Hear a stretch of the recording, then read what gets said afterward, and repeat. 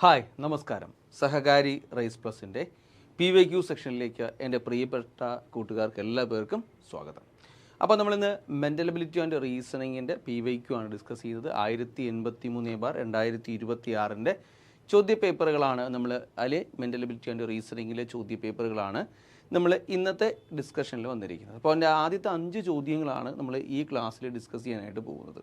Okay, അപ്പോൾ എന്ത് ചെയ്യാം, നമുക്ക് ഒട്ടും സമയം കളയേണ്ട, നമുക്ക് ആദ്യത്തെ ചോദ്യത്തിലേക്ക് പോകാം. അപ്പോൾ 1083/2026 എക്സാമിനെ സംബന്ധിച്ചിടത്തോളം അതിൽ ചോദിച്ച 10 ചോദ്യങ്ങളും വളരെ മികച്ച ചോദ്യങ്ങൾ തന്നെയായിരുന്നു, നല്ല ചോദ്യങ്ങൾ തന്നെയായിരുന്നു ചോദിച്ചത് കേട്ടോ. അത്ര ഈസി ആയിട്ടുണ്ടായിരുന്ന ചോദ്യങ്ങളൊന്നും അല്ല ചോദിച്ചിരിക്കുന്നത്, വളരെ നല്ല ചോദ്യങ്ങൾ തന്നെയാണ് ചോദിച്ചിരിക്കുന്നത്. അപ്പോൾ നമുക്ക് ആദ്യത്തെ ചോദ്യത്തിലേക്ക് പോകാം. അപ്പോൾ ആദ്യത്തെ ചോദ്യം നോക്കൂ. A school of football team won 2 matches and lost 10.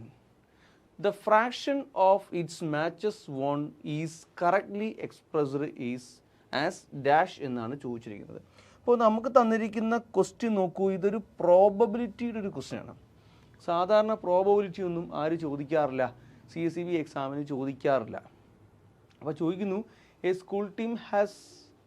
School team won 2 matches, 2 matches ജയിച്ചു ആൻഡ് ലോസ്റ്റ് 10.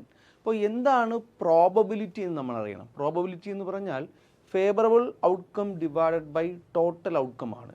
നമുക്ക് എന്താണോ വേണ്ടിയത് ഡിവൈഡ് ബൈ നമുക്കുള്ളത് മൊത്തം എന്നാണ് മനസ്സിലാക്കേണ്ടത്. അപ്പോൾ favourable outcome divide by total outcome ആണ് നമ്മൾ ആൻസർ ആയിട്ട് വരേണ്ടത്. അപ്പോൾ നോക്കൂ, a school team football team won 2 matches, 2 matches ജയിച്ചു. അപ്പം നമുക്ക് ജയിച്ചതിൻ്റെ പ്രോബബിലിറ്റിയാണ് വേണ്ടത് കേട്ടോ, ജയിച്ചതിൻ്റെ പ്രോബബിലിറ്റിയാണ് വേണ്ടത്. എന്ത് ചെയ്തു, മൊത്തം എത്ര മാച്ച് കളിച്ചു, 10 മാച്ച് കളിച്ചു. അപ്പം നമുക്ക് ജയിച്ചതിൻ്റെ ഫ്രാക്ഷനാണ് വേണ്ടത്, നമുക്ക് ജയിച്ചതിൻ്റെ പ്രോബബിലിറ്റിയാണ് വേണ്ടത്. Probability of win the matches ആണ് വേണ്ടത്. സോ നമ്മൾ എന്താണ് പ്രോബബിലിറ്റി എന്ന് പറയുന്നത്, favourable outcome divide by total outcome. അപ്പോൾ ഫേവറബിൾ എന്ന് പറഞ്ഞാൽ 2 മാച്ച് ജയിച്ചു, മൊത്തം എത്ര മാച്ച് കളിച്ചു, 10 പരാജയപ്പെട്ടതും ജയിച്ചത് 2 കൂടെ ചേർത്ത് മൊത്തം 12 മാച്ച് അവിടെ കളിച്ചു എന്ന് പറയാൻ പറ്റും. അപ്പോൾ അങ്ങനെയാണെങ്കിൽ ആൻസർ വരേണ്ടത് 2 എന്തായിരിക്കണം, 12. സോ അതിനെ നമ്മൾ ലീസ്റ്റ് ഫോമിലോട്ട് കൺവേർട്ട് ചെയ്യുമ്പോൾ നമുക്ക് എന്ത് വരണം, 1/6 എന്ന് പറയുന്ന പ്രോബബിലിറ്റി പറയണം. അപ്പോൾ പ്രോബബിലിറ്റി അല്ലെങ്കിൽ ഇവിടുത്തെ ഫ്രാക്ഷൻ കൊണ്ട് ഉദ്ദേശിക്കുന്നത് 1/6 ആണ്. നമുക്ക് ഈ തന്നിരിക്കുന്ന 1/6 ഉണ്ടല്ലോ, ഈ 1/6 എന്ന് പറയുന്നത് ഈ 6 എന്തിനെയാണ് ഡിനോട്ട് ചെയ്യുന്നത്, ടോട്ടൽ നമ്പർ ഓഫ് എന്തായിരിക്കും മാച്ചസിനെയും 1 എന്ന് പറയുന്നത് വിന്നിങ് മാച്ചിനെയുമാണ് നമ്മളവിടെ എന്ത് ചെയ്യുന്നത്, നമ്മൾ അവിടെ റിലേറ്റ് ചെയ്യുന്നത് എന്ന് പറയാം. അപ്പോൾ ഞാൻ വേറൊരു ക്വസ്റ്റ്യൻ കൂടി ഇതിനകത്ത് ഞാൻ എക്സ്പ്ലെയിൻ ചെയ്യുകയാണ് എങ്കിൽ, ഇപ്പോൾ ഒരു ചെറിയ എക്സാമ്പിൾ നോക്കിക്കോളൂ. ഒരു ഇരുട്ടുമുറിയിൽ കേട്ടോ, ഒരു ഇരുട്ടുമുറിയിൽ റെഡ് കളർ ബോള് ഒരു 10 എണ്ണവും ബ്ലൂ കളർ ബോള് ഒരു 12 എണ്ണവും, റെഡ് അല്ല, അത് കഴിഞ്ഞ് നമുക്ക് ബ്ലൂ അല്ലേ, അത് കഴിഞ്ഞ് നമുക്കൊരു യെല്ലോ കളർ ബോള് ഒരു 8 എണ്ണം ഉണ്ടെന്ന് വിചാരിച്ചോളൂ. ഇപ്പം ഞാൻ ചോദിക്കുകയാണ്, അതിൽ നിന്ന് റെഡ് കളർ ബോൾ കിട്ടുവാനുള്ള പ്രോബബിലിറ്റി, അല്ലെങ്കിൽ what is the probability of getting A red ball. ഒരു റെഡ് ബോൾ കിട്ടുവാനുള്ള പ്രോബബിലിറ്റി ചോദിച്ചു കഴിഞ്ഞാൽ, പ്രോബബിലിറ്റി ഓഫ് റെഡ് ബോൾ ചോദിച്ചു കഴിഞ്ഞാൽ നമുക്ക് ആൻസർ പറയാൻ പറ്റുന്നത് favourable outcome divide by total outcome. അപ്പം നമ്പർ ഓഫ് റെഡ് ബോൾ 10ഉം ടോട്ടൽ നമ്പർ ഓഫ് ബോൾ എത്രയായിരിക്കും, 30 ആയിരിക്കും. സോ പ്രോബബിലിറ്റി വരുന്നത് എന്തായിരിക്കും, 1/3 ആയിരിക്കും അവിടുത്തെ പ്രോബബിലിറ്റി, അല്ലെങ്കിൽ റെഡ് ബോൾ കിട്ടുവാനുള്ള സാധ്യത എന്ന് പറയുന്നത് 1/3 ആയിരിക്കും. അപ്പോൾ അതുപോലെ തന്നെ probability of A blue ball ആണ് ചോദിക്കുന്നതെങ്കിൽ ബ്ലൂ ബോളിൻ്റെ എണ്ണം 12, മൊത്തം ബോളിൻ്റെ എണ്ണം എത്രയാണ്, 30. സിംപ്ലിഫൈ ചെയ്യുമ്പോൾ നമുക്ക് എത്രയെന്ന് കിട്ടും, നമുക്ക് 3 കൊണ്ട് ക്യാൻസൽ ചെയ്യാൻ പറ്റും. 3 കൊണ്ട് ക്യാൻസൽ ചെയ്യുമ്പോൾ 4/10 അല്ലേ, 4/10 അല്ലേ, 3 ടൈംസ്. വീണ്ടും നമുക്ക് വേണമെങ്കിൽ എന്ത് ചെയ്യാം, 2 കൊണ്ട് ക്യാൻസൽ ചെയ്യാം. 2 കൊണ്ട് ക്യാൻസൽ ചെയ്യുമ്പോൾ 2/5 എന്ന് വരും അല്ലേ, 2/5 ആണ് അവിടുത്തെ പ്രോബബിലിറ്റി. ഇനി അഥവാ ചോദിക്കുകയാണ് probability of getting A yellow ball, അതായത് ഒരു യെല്ലോ ബോൾ കിട്ടുവാനുള്ള പ്രോബബിലിറ്റി ചോദിച്ചു കഴിഞ്ഞാൽ അത് നമുക്ക് പറയാൻ പറ്റും. യെല്ലോയുടെ എണ്ണം എത്രയാണ്, 8 ആണ്. ടോട്ടൽ നമ്പർ ഓഫ് ബോൾസ് എത്രയാണ്, 30 ആണ് അല്ലേ. നമുക്ക് എത്ര കൊണ്ട് കട്ട് ചെയ്യാൻ പറ്റും, നമുക്ക് 4 കൊണ്ട് കട്ട് ചെയ്യാൻ പറ്റും. 4 കൊണ്ട് അല്ല, നമുക്ക് 2 കൊണ്ട് കട്ട് ചെയ്യാൻ പറ്റും. 4/15 ആണ് അവിടുത്തെ പ്രോബബിലിറ്റി ആയിട്ട് വരുന്നത് കേട്ടോ. അപ്പോൾ നമുക്ക് ഇങ്ങനെ എന്ത് ചെയ്യാൻ പറ്റും, നമുക്ക് അറിയാൻ പറ്റും പ്രോബബിലിറ്റി എപ്പോഴും എത്രയായിരിക്കും, ലെസ് ദാൻ 1 ആയിരിക്കും എന്നുള്ള കാര്യം കൂടി ഓർക്കുക കേട്ടോ. അപ്പോൾ നമുക്ക് ആദ്യത്തെ ചോദ്യം ചോദിക്കുന്നത് ഇച്ചിരി കൊള്ളാവുന്ന ഒരു ക്വസ്റ്റ്യൻ തന്നെയാണ്. പലരും ഇവിടെ 1/5 അടിക്കാൻ സാധ്യതയുണ്ട്, പക്ഷേ ഇവിടുത്തെ റൈറ്റ് ആൻസർ ഏതാണ്, 1/6 ആണ്. Option A is the right answer. Clear ആണെന്ന് വിശ്വസിക്കുന്നു. അപ്പോൾ അത് സെറ്റായി കാണും എന്ന് വിശ്വസിക്കുന്നു. അപ്പോൾ നമുക്ക് നെക്സ്റ്റ് ക്വസ്റ്റ്യനിലേക്ക് പോകാം. നെക്സ്റ്റ് ക്വസ്റ്റ്യൻ എന്ന് പറയുന്നത് 50 students at A farewell party shake hands with each and every other students. How many hand shakes will there be എന്നാണ് ചോദിച്ചിരിക്കുന്നത്. അപ്പോൾ അതൊരു സിമ്പിൾ ക്വസ്റ്റ്യൻ ആണ്. നമ്മൾ ഷേക്ക് ഹാൻഡ്സിൻ്റെ ക്വസ്റ്റ്യൻ ഒരുപാട് വട്ടം നമ്മൾ ചെയ്തിട്ടുണ്ട്. അപ്പോൾ നമ്പർ ഓഫ് ഷേക്ക് ഹാൻഡ്സ് കണ്ടുപിടിക്കാൻ വേണ്ടി നമ്മൾ പഠിച്ചിരിക്കുന്ന ഇക്വേഷൻ n×n-1/2 ആണ് നമ്മുടെ ഇക്വേഷൻ. ഈ ഇക്വേഷൻ തന്നെയാണ് എന്തെന്ന് പറയുന്നത്, സം ഓഫ് ഹോൾ നമ്പേഴ്സ് കണ്ടുപിടിക്കാൻ വേണ്ടിയിട്ടുള്ള ഇക്വേഷനും ഏത് തന്നെയാണ്, n×n-1/2 ആണ്. അപ്പോൾ നമുക്ക് 50 സ്റ്റുഡൻസിൻ്റെ ഷേക്ക് ഹാൻഡ്സ് ആണ് നമുക്കിവിടെ കണ്ടുപിടിക്കേണ്ടത്. അപ്പോൾ നമ്മൾ ഫോർമുല എഴുതുമ്പോൾ 50 × 49/2 ആണ്. അപ്പോൾ നമുക്ക് എത്ര കിട്ടും, 25 × 49 ആണ്. നമ്മളിത് ആക്ച്വലി ഇവിടെ മൾട്ടിപ്ലിക്കേഷൻ ചെയ്യേണ്ട ആവശ്യമില്ല. നോക്കൂ, നമുക്കിവിടെ യൂണിറ്റ് പ്ലേസ് കണ്ടുപിടിക്കാം. 5 × 9, 5 9 തമ്മിൽ ഗുണിക്കുമ്പോൾ എത്ര കിട്ടും, 45 ആണ്. അപ്പോൾ സോ ആൻസർ എന്തായിരിക്കണം, യൂണിറ്റ് പ്ലേസ് 5 ആയിരിക്കണം. ഈ ആൻസറിൻ്റെ അതായത് 25 × 49 ചെയ്യുമ്പോൾ അതിൻ്റെ യൂണിറ്റ് പ്ലേസ് എന്തായിരിക്കണം, 5 ആയിരിക്കണം. അപ്പോൾ ഇവിടെ യൂണിറ്റ് പ്ലേസ് 5 ഉള്ള ഒരേ ഒരു ആൻസറേ ഉള്ളൂ, ഏതാണ്, ഓപ്ഷൻ എ ആണ്. ആ കാൽക്കുലേഷൻ പോലും അവിടെ നമ്മൾ എന്ത് ചെയ്യേണ്ട ആവശ്യമില്ല, നമ്മൾ ചെയ്യേണ്ട ആവശ്യമില്ല. യൂണിറ്റ് പ്ലേസ് എത്രയാണ്, 5 ആണ്. 1225 ആണ് ആൻസറായിട്ട് വരേണ്ടത് എന്ന് നമുക്ക് വളരെ ഈസി ആയിട്ട് നമുക്ക് ആൻസറിലേക്ക് പോകാനായിട്ട് പറ്റും. ക്ലിയർ ആണ് എന്ന് വിശ്വസിക്കുന്നു. ഓക്കെ അല്ലേ? അപ്പോൾ നമുക്ക് നെക്സ്റ്റ് ക്വസ്റ്റ്യനിലേക്ക് പോകാം. നെക്സ്റ്റ് ക്വസ്റ്റ്യൻ നോക്കാമല്ലോ. അവിടെ ഓപ്ഷൻ എ തന്നെയാണ് റൈറ്റ് ആൻസർ. അപ്പോൾ നമ്മൾ മനസ്സിലാക്കിയിട്ടുള്ള കേസാണ് ദ ഹാൻഡ് ഷേക്സ് കണ്ടുപിടിക്കാനുള്ള ഇക്വേഷൻ എന്താണ്, മറന്നു പോകേണ്ട, സ്റ്റാർ ഇട്ട് പഠിക്കേണ്ടതാണ്. നമ്പർ ഓഫ് ടൈംസ്, ഒരുപാട് വട്ടം എക്സാമിന് ചോദിച്ചിട്ടുള്ള ക്വസ്റ്റ്യൻ ആണ്. അതുകൊണ്ട് എന്ത് ചെയ്യണം, സ്റ്റാർ ഇട്ട് തന്നെ പഠിക്കുക. n×n-1/2 ആണ് എന്ന് പറയാനായിട്ട് പറ്റും. ഇനി നോക്കിക്കേ, ഞാൻ ഈ ചോദ്യം മറ്റൊരു രീതിയിൽ കൂടി എക്സ്പ്ലെയിൻ ചെയ്യുകയാണ്. ഇപ്പോൾ ഇവിടെ ഹാൻഡ് ഷേക്സിന് പകരം ഗിഫ്റ്റ് എക്സ്ചേഞ്ച് ആയിരുന്നു എങ്കിൽ ഇക്വേഷൻ എന്തായിരിക്കണം, അവിടെ n×n-1 മാത്രമേ ഉപയോഗിക്കാവൂ കേട്ടോ.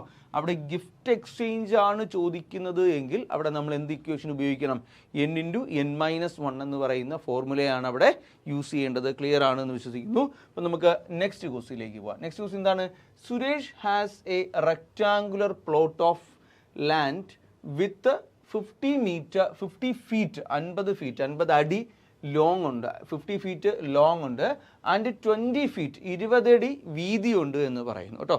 50 ഫീറ്റ് 50 അടി നീളവും 20 അടി വീതിയുമുള്ള ഒരു പ്ലോട്ട് ഉണ്ട്, ഒരു റെക്ടാങ്കുലർ പ്ലോട്ട് ഉണ്ട് എന്ന് പറയുന്നു. He wishes to erect fencing around the plot. Okay, the fence will be of stone for one long side, wire net for the other 3 side. Stone cost ₹10 at a feet and wire net cost ₹5 at a feet. How much will the fence cost എന്നാണ് പറഞ്ഞിരിക്കുന്നത്. എന്താണ് നമ്മളെ question നമുക്ക് നോക്കാം. അപ്പോൾ നോക്കൂ, നമ്മളെ ചോദ്യത്തിൽ നമ്മൾ മനസ്സിലാക്കേണ്ടത് ഒരാൾക്ക് ഒരു റെക്റ്റാങ്കുലർ പ്ലോട്ട് ഉണ്ട് എന്ന് പറയുന്നു. അപ്പോൾ ഇതാണ് അദ്ദേഹത്തിൻ്റെ റെക്റ്റാങ്കുലർ പ്ലോട്ട് എന്ന് നമുക്ക് പറയാം. ഈ റെക്റ്റാങ്കുലർ പ്ലോട്ടിൻ്റെ നീളം എന്ന് പറയുന്നത് 50 ഫീറ്റ് എന്നും വീതി എന്ന് പറയുന്നത് 20 ഫീറ്റ് എന്നും പറയുന്നു. ഞാനതവിടെ കൃത്യമായി മെൻഷൻ ചെയ്തു. അപ്പോൾ ഇത് 20 ആണെങ്കിൽ ഇതും എന്ത് തന്നെയായിരിക്കും, 20 ആയിരിക്കും. ഇതും എത്ര തന്നെയായിരിക്കും, 50 ആയിരിക്കും എന്ന് നമുക്ക് അറിയാം. ഓക്കെ, ഇനി എന്താ സംഭവിക്കുന്നത്, ഇതിൻ്റെ ഒരു സൈഡ് ഉണ്ടല്ലോ, ഒരു സ്ഥലത്തുണ്ടല്ലോ ഒരു ലോങ് സൈഡിൽ, ഇവിടെ പ്രത്യേകിച്ച് പറയുന്നുണ്ട് എന്താണ് fencing around the plot, the fence will be of stone feet എന്ത് ചെയ്യുന്നു, ഒരു ലോങ് സൈഡിൽ വെക്കുന്നു എന്ന് പറയുന്നു. അപ്പോൾ ഇപ്പം ഞാൻ ഇതിനെ ഒരു ലോങ് സൈഡായിട്ട് പറയാം. ഇതല്ലേ ലോങ് സൈഡ്. ഇവിടെ എന്താ വെക്കാൻ പോകുന്നത്, ഇവിടെ മറ്റേ നമ്മുടെ സ്റ്റോൺ വേലിയാണ് ഇവിടെ വെക്കുക, അല്ലെങ്കിൽ സ്റ്റോൺ ആണ് ഇവിടെ ഇടാനായിട്ട് പോകുന്നത് എന്ന് പറയാൻ പറ്റും. ഇതിവിടെ 50 ഫീറ്റ് ആണെന്ന് ഞാൻ മനസ്സിലാക്കി. ഓക്കെ, ബാക്കിയുള്ള സ്ഥലം ഉണ്ടല്ലോ, ബാക്കിയുള്ള സ്ഥലം മൊത്തം നമ്മൾ എന്താണ് ചെയ്യാനായിട്ട് പോകുന്നത്, ബാക്കിയുള്ള ഈ സ്ഥലങ്ങൾ മൊത്തം നമ്മളിവിടെ വയേർഡ് ആയിട്ടുള്ള ഒരു ഫെൻസിങ് ആണ് നമ്മൾ വെക്കാനായിട്ട് പോകുന്നത് എന്ന് പറയുന്നു. ഇവിടെയെല്ലാം വയേർഡായിട്ടുള്ള ഫെൻസിങ് ആണ് വെക്കുന്നത്. ഇവിടെ മാത്രമേ നമ്മൾ സ്റ്റോണിൻ്റെത് വെക്കുന്നുള്ളൂ. ക്ലിയർ ആണെന്ന് വിശ്വസിക്കുന്നല്ലോ. യെസ്. ഇനി നമ്മൾ അടുത്ത പോയിന്റിലേക്ക്, ഇനി നമുക്കിതിൻ്റെ ആൻസറിലേക്ക് പോകണം. എന്താണ് വേണ്ടത്? നമുക്കിവിടെ ടോട്ടൽ കോസ്റ്റ് ആണ് കണ്ടുപിടിക്കേണ്ടത്. ടോട്ടൽ കോസ്റ്റ് ആണ് കണ്ടുപിടിക്കേണ്ടത്. നമുക്കറിയാം ഈ സ്റ്റോണിനാണെങ്കിൽ എത്ര രൂപയാവും? 1 ഫീറ്റിന് 10 രൂപ വെച്ചാവും. 1 ഫീറ്റിന് 10 രൂപ. അപ്പോൾ ഇവിടെ എത്ര ഫീറ്റ് ഉണ്ട്? 50 ഫീറ്റ് ഉണ്ട് അല്ലേ? അപ്പോൾ നമുക്ക് എന്ത് പറയാം? 50 × 10 ആകുമ്പോഴത്തേക്ക് എന്ത് കിട്ടും?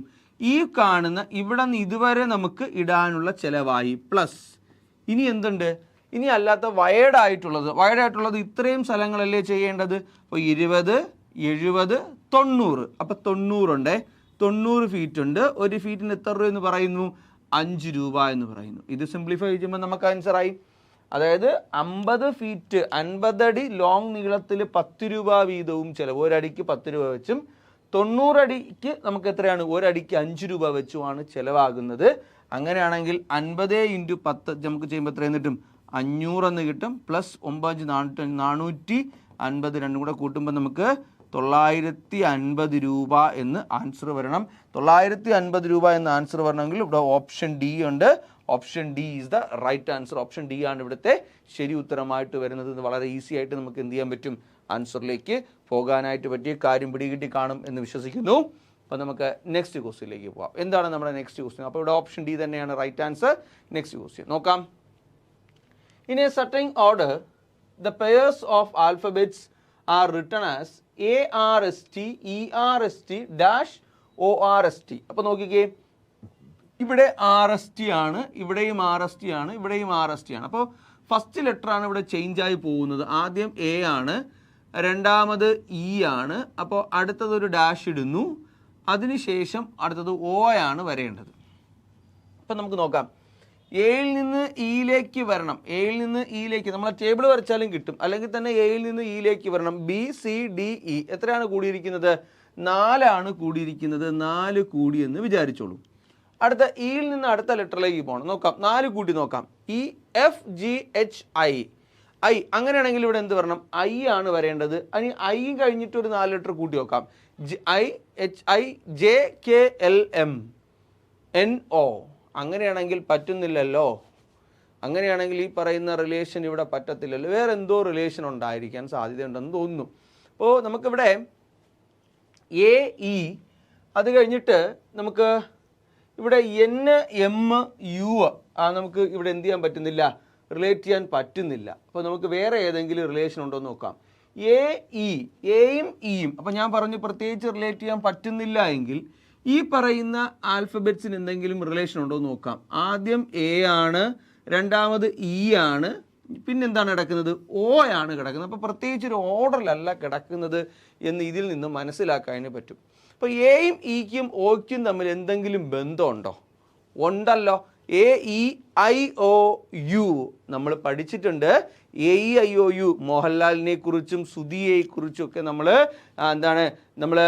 പഠിച്ചിട്ടുണ്ട്. AEIOU പാഠം ചൊല്ലി പഠിപ്പിക്കുന്ന അങ്ങനെ ഒരു സിനിമാ പാട്ട് ഓട്ടോ സിനിമയെ പറ്റി നമ്മൾ ഓർക്കണമെന്നും വവ്വൽസിനെ പറ്റി നമ്മൾ ഓർക്കണമെന്നും ഒക്കെ നമ്മൾ പഠിച്ചിട്ടുണ്ട്. അപ്പോൾ ഈ തുടക്കം കിടക്കുന്നത് വവ്വൽസ് തന്നെയാണ്. ആദ്യം ARST, A എന്ന് പറയുന്ന വവ്വൽ. അത് കഴിഞ്ഞ് ERST, അപ്പോൾ E എന്ന് പറയുന്ന വവ്വൽ. അങ്ങനെയാണെങ്കിൽ IRST ആണ് അടുത്തത് വരേണ്ടത്. I എന്ന് പറയുന്ന വവ്വൽ. AEIOU, അടുത്തത് URST ആയിരുന്നു വരേണ്ടത്. സോ ഇവിടുത്തെ റൈറ്റ് ആൻസർ ഓപ്ഷൻ ബി ആണ് ഇവിടുത്തെ ശരി ഉത്തരമായിട്ട് വരുന്നത്. IRST is the right answer. Vowels ആണ് അവിടെ ഫോളോ ചെയ്തിരിക്കുന്നത് എന്ന് നമുക്ക് പറയാനായിട്ട് പറ്റി. Option B is the right one. Clear ആണല്ലോ. ശരി, നമുക്ക് അടുത്തൊരു ക്വസ്റ്റ്യൻ നമുക്ക് നോക്കാം. Look at these numbers 525, 632, 486, 523, 221, 221. If one is subtracted from the last digit of each of the number, how many numbers thus formed will be divisible by 2 എന്നാണ് ചോദിച്ചിരിക്കുന്നത്. അതായത് നമുക്ക് തന്നിരിക്കുന്ന 525, 632, 486, 523, 221 എന്നീ സംഖ്യകളിൽ നിന്നിടെ ഒറ്റയുടെ സ്ഥാനത്തെ അക്കം, അതായത് യൂണിറ്റ് പ്ലേസിൽ നിന്ന് ഒരു നമ്പർ, അതായത് 1 എന്ന് പറയുന്ന നമ്പർ സബ്ട്രാക്ഷൻ ചെയ്യുന്നു എങ്കിൽ, നമ്മൾ എന്ത് ചെയ്യുന്നു, മൈനസ് ചെയ്യുന്നു എങ്കിൽ, ആ മൈനസ് ചെയ്തതിന് ശേഷം കിട്ടുന്ന സംഖ്യ 2ൻ്റെ ഗുണിതമാകാവുന്ന എത്ര നമ്പേഴ്സ് ഉണ്ട് എന്നാണ് ചോദിച്ചിരിക്കുന്നത്. അപ്പം നമുക്ക് നോക്കാം. 2ൻ്റെ ഗുണിതമാകണമെങ്കിൽ യൂണിറ്റ് പ്ലേസ് എന്തായിരിക്കണം, ഇവനായിരിക്കണം. ഒറ്റയുടെ സ്ഥാനത്തെ അക്കം ഇരട്ട സംഖ്യയാണ് എങ്കിൽ അത് എന്തായിരിക്കും, അത് 2ൻ്റെ ഗുണിതമായിരിക്കും എന്ന് നമുക്ക് പറയാം. ഒറ്റയുടെ സ്ഥാനത്തെ അക്കം ഇരട്ട സംഖ്യയാണ് എങ്കിൽ അത് എന്തായിരിക്കും, അത് 2ൻ്റെ ഗുണിതമായിരിക്കും എന്ന് നമുക്ക് പറയാം. അങ്ങനെയാണെങ്കിൽ 525-ൽ നിന്ന് 1 കുറയുമ്പോൾ അത് 524 ആകും. ഇത് 2ൻ്റെ ഗുണിതമാണ്. എന്നാൽ ഇതിൽ നിന്നൊന്ന് കുറയുമ്പം അതെന്തായിരിക്കും, അത് ഒറ്റ സംഖ്യ ആയിരിക്കും. ഇതിൽ നിന്നൊന്ന് കുറയുമ്പോഴും ഒറ്റ സംഖ്യ ആയിരിക്കും. എന്നാൽ ഇത് 522 ഇരട്ട സംഖ്യയാണ്. ഇത് 220 അതും എന്ത് തന്നെയാണ്, ഇരട്ട സംഖ്യയാണ്. സോ എത്ര ഉണ്ട്, 3 എണ്ണമാണ് വരേണ്ടത്. 3 എണ്ണമാണെങ്കിൽ ഓപ്ഷൻ എ ആയിരിക്കും ഇവിടുത്തെ റൈറ്റ് ആൻസർ. വളരെ ഈസി ആയിട്ട് നമുക്ക് ചെയ്തെടുക്കാൻ പറ്റി. Option A is the right answer എന്ന് വളരെ കൂളായിട്ട് നമുക്ക് എന്ത് ചെയ്യാൻ പറ്റി, എടുക്കാനായിട്ട് പറ്റും. ക്ലിയർ ആണെന്ന് വിശ്വസിക്കുന്നു. ശരി, അപ്പോൾ നമ്മൾ എന്ത് ചെയ്തു, നമ്മൾ ആദ്യത്തെ 5 ചോദ്യങ്ങൾ നമ്മൾ എന്ത് ചെയ്തു, നമ്മൾ ഡിസ്കസ് ചെയ്തു. നല്ല ചോദ്യങ്ങൾ ഉണ്ടായിരുന്നു, കുറച്ച് ഈസി ആയിട്ടുള്ള ക്വസ്റ്റ്യൻസ് ഉണ്ടായിരുന്നു. അപ്പോൾ ആദ്യത്തെ 5 ചോദ്യങ്ങൾ നമ്മൾ 1083/2026 ആദ്യത്തെ 5 ചോദ്യങ്ങൾ നമ്മൾ ഡിസ്കസ് ചെയ്തു. അടുത്ത 5 ചോദ്യങ്ങളുമായിട്ട് നമുക്ക് വീണ്ടും കാണാം. അതുവരേക്കും നിങ്ങൾ എല്ലാവരും കാത്തിരിക്കുക. ഓക്കെ, വീണ്ടും കാണാം. Good bye, all the very best.